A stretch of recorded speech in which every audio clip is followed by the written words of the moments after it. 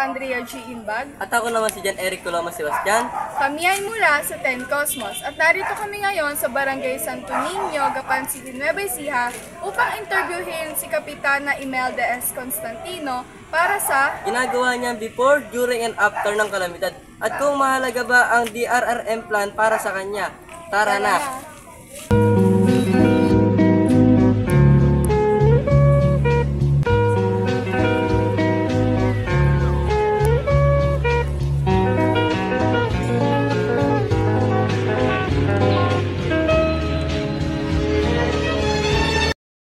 Magandang araw po. Ngayon po ay narito po kami para po itanong sa inyo ang ilang tanong tungkol po sa DRRM plan. Ako po si Jan Eric Coloma Sebastian at ito naman po. At ako po si Chris Andrea G. Imbag. Kami po ay nanggaling sa Juan R. Liwag Memorial High School. Grade 10 po kami. At ito naman po ang mga katanungan po para sa inyo.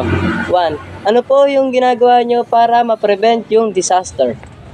Siyempre, napakahirap nating i-prevent yan kasi ang mga kalamidad at kung ano pa mang nangyayari dito sa ating ginagalawang lipunan sa mundo ay hindi natin kayang pigilin ng basta-basta sapagkat kung ano yung niloloob ng ating Panginoon Diyos ay mangyayari, di ba? Yang mga dumarating na mga bagyo, lindol, at mga sunog at kung ano pa mang mga nangyayari sa ating kapaligiran ay napakahirap na kontrolin yan. Kaya kailangan merong tamang proseso kung paano natin paghahandaan niya. Apa. Thank you po. At ito naman po ang pangalawang tanong. Ano po yung unang ginagawa nyo pag may kalamidad? Siyempre, ang una natin ginagawa bilang tayo ang punong barangay, inaabisuhan natin lahat ang mga tao at ang ating mga empleyado una sa lahat na lalo na kung may darating na bagyo, hindi natin kasi mahuhulaan yung halimbawa, lindol, hindi natin mahuhulaan yan. Yung bagyo, ayan, malalaman natin kasi dahil meron tayong forecast.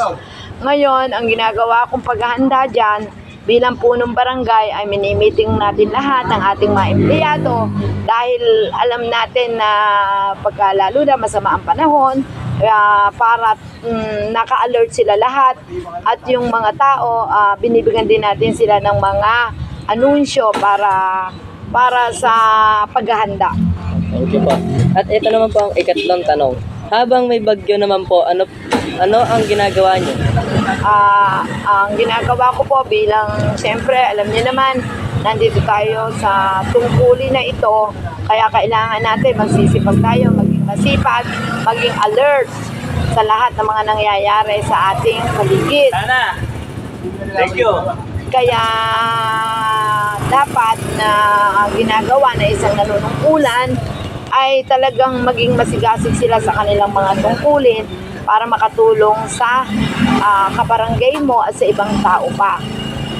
At thank you po sa sagot. At ito naman po ang ika-apat na tanong. Pagtapos naman po ng bagyo, ano po ang mga ginagawa nyo? Pagkatapos ng bagyo, binibisita natin lahat yung mga paligid dito sa ating lugar, yung mga bahay-bahay.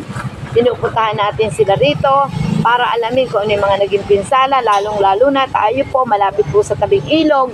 Kaya napakalaking bagay po ng ginawa ng ating Congressman at Mayor Joy na naipagawan dike dito sa tapat ng Barangay Santo Niño sapagkat napipigil na po ang pag-ahon ng tubig. Number 1 po kasi ang Santo Niño, San Vicente, San Lorenzo, San Nicolas. Kami po yung prone na nababaha palagi dito.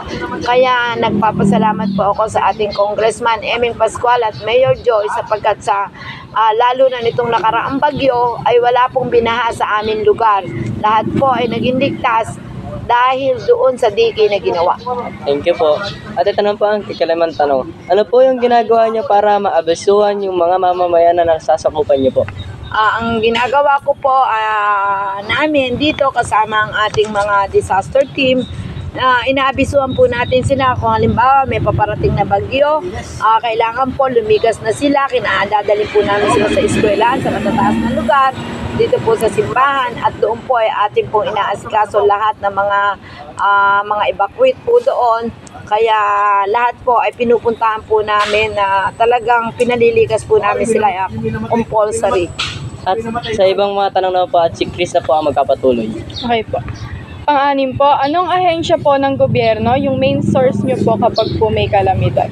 May number 1, syempre ang ating LGU sa pangunguna ng ating buting mayor, na si mayor po kasi malayo pa lang, bago pa man kung may paparating na bagyo, pinatatawag na niya kaming lahat ng mga malalapit dito sa mga area ng mga ilog, na nagmi-meeting po kami kasama ang mga disaster team natin dito sa bayan ng Gapan, at ang ating pong kasama rin po natin ang mga taga-health officer natin dito sa Gapan, na talagang pinag-uusapan po namin kung sakali darating at kung saan tatamaan, kung ano, magkakaroon po kami ng komunikasyon, sapagkat meron po kami mga komunikasyon na lahat ng mga nangyayari sa aming lugar ay ipinapasa namin sa ating mayor, at siya mismo ang nakikibalita sa aming mga punong barangay na kung ano lagay nyo dyan, inaalam niya yung mga barangay nyo, anong mga problema,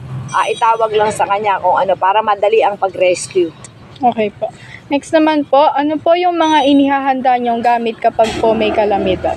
Siyempre, naghahanda tayo kagaya nun, usually po kasi yung sa baha, dahil yun po talaga yung ano natin dito sa Gapan. Yun po, meron po tayong mga gamit para po sa ano, mga basic needs, sa mga toolkit, na yung mga kit sa mga first aid kit po, mga gamot, yung pong mga meron tayong mga payong, mga flashlight, mga generator, tapos po yung mga kapote. Yan po yung number natin mga inihahanda, at higit sa lahat mga pagkain. Nag-iimbak po tayo niyan para nun po kung in case na talagang malakas ang ulan, talagang matutulungan natin yung mga kabarangay natin. Okay po.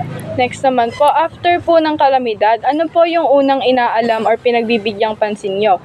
Yung mga pangangailangan po ba ng mga mamamayan tulad ng pagkain, damit, gamot at iba pa? O mga gusali na nasira gaya po ng bahay o infrastruktura? O yung mga nawala pong serbisyo gaya ng tubig at kuryente? Number one natin na inaasikaso muna siyempre yung pagkain. Yung mga pagkain, gamit, gamot, sapagkat siyempre kailangan yan ang unang-una nating basic needs, yung ating mga pagkain. Nagagayak tayo niyan, binibigyan natin sila, pinagluluto, at saka yung mga gamot nakahanda yan para kung may mas sumakit ang tiyan. At kasama rin po natin kasi yung mga taga-health office natin sa Gapan, ng ating QRT, na nandoon po para i-check upin yung mga bata, kung sino yung sumasakit ang ulo, may nakahanda na rin po mga gamot doon. Yun po yung una. Pangalawa na lang po, yung mga yung mga nasira, yung mga kung ano yung mga naging damage. Yun yung pangalawa natin na inaalam ko ano yung mga napinsala. Yun po yung ating ginagawa po dito. Okay po. Next naman po, gaano po kaimportante o kahalaga ang recovery po para po sa inyo after ng isang kalamidad?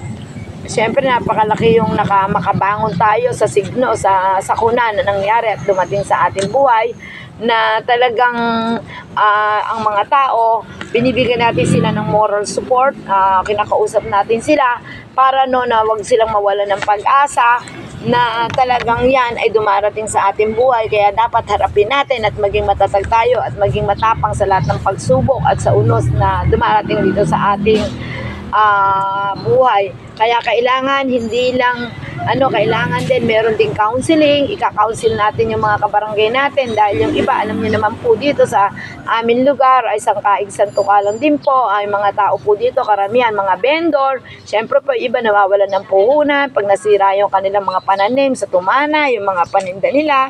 Syempre po, andyan po yung gobyerno natin na para hinga natin at nagbibigay naman po sila ng tulong.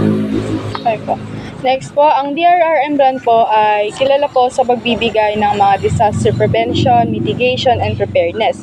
Para po sa inyo, paano po makatutulong ang DRRM plan sa atin kapag may kalamidad po? Napakalaki po nung naitutulong niyan ng DRRM na yan, sapagkat talagang itinuturo nila kung paano magiging safe, magiging ligtas ang mga bawat kabarangay mo, na lalo na pagka may earthquake na meron sila mga nagdidrill sila dito, nagtuturo na kung paano sa mga eskwelahan natin, yung mga bata, tinuturuan ng kung paano ang gagawin, na maging aware tayo lahat ng bagay, at kasama sila na talagang umiikot din dito at rescue. Okay po. At dyan po nagtatapos ang aming interview. Maraming salamat po. Thank you po. Magandang umaga po sa ating lahat. Si Kapitana Imelda po ng Barangay Santo Niño na nagsasabi sa mga batang ito na sana makatapos sila ng pag-aaral at sa mga darating na panahon ay sila na ang i-interviewin sapagkat hindi natin alam kung ano magiging mga kapalaran nila. Sana makapagtapos kayo at makatulong sa ating kapwa. At dyan nagtatapos ang pag-i-interview namin kay Kapitana Imelda. At hanggang sa muli, dito na po nagtatapos. Bye!